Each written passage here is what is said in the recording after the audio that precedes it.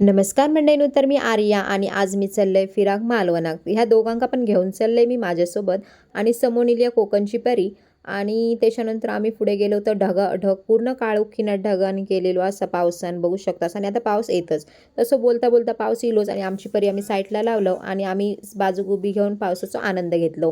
पावसाचा आनंद घेताना विघ्नेशक म्हटलंय थांबलो खरी, तर आता मस्त एक झलक मारूया. झलक म्हणून थेट गेलो आम्ही बॉम्बे दुकानात.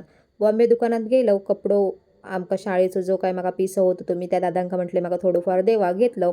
आणि नंतर गेलो दुसऱ्या दुकानात गेलो तर विघ्नेशसाठी रेनकोट बघूचो होतो. रेनकोट त्या ताईने एक एक काढून दाखवले आणि तसे आम्ही एक एक एका लावून लावून बघितलं होतं. आमका काही समजना. दुसरं बघितलं होतं, दुसरं ते का झालो बरोबर त्यानं ते का जरासं फाटलेलं होतं. मग त्याच्यानंतर आम्ही थैसून थेट गेलो आम्ही चपलाच्या दुकानात. म्हटलं आता पावसाळा सुरू झालो असाच तर ते काही का पावसाळी एक बूट पण घेऊया. आणि पावसाळी बूट आम्ही पसंत केलं आणि त्याच्यानंतर आम्ही दुसऱ्या दुकानात जाऊन हे रेनकोट चॉईस करून घेतलं. आणि थेट येऊक निघालो आम्ही घरात येताना आमका वाटेत भेटली शेवपुरीची गाडी. शेवपुरी म्हटलं आता खाऊनच जाऊया. विघ्नेशक म्हटले घेऊया शेवपुरी. 3 प्लेट घेतलं.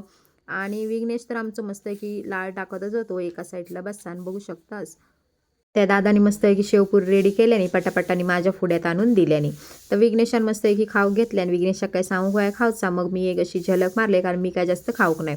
आणि नंतर आम्ही थेट निघालो आमचं सगळं बोजा घेऊन घराकडे येऊ. Bye bye.